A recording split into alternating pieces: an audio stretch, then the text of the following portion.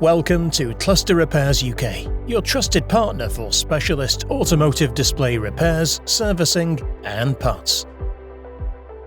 Today, we're focusing on a common issue affecting the SEAT Alhambra MIB Composition Media and MIB2 STD2 Discover Media sat-nav touchscreen failure.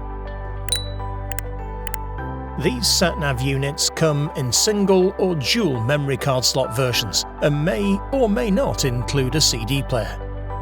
Common faults repaired with this service are a touchscreen that's erratic or very slow to respond, a touchscreen that's failed completely, or one that's heavily marked or cracked. If your screen is delaminated or bubbled, we recommend using our complete display replacement service.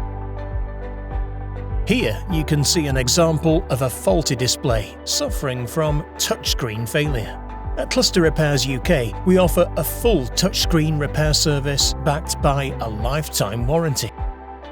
And now, following a complete repair, the screen is fully restored, responsive, accurate and operating just as it should. Established in 1986, Cluster Repairs UK operates from 2 UK locations and is proud to offer award-winning customer service. With decades of experience, we are a name you can trust.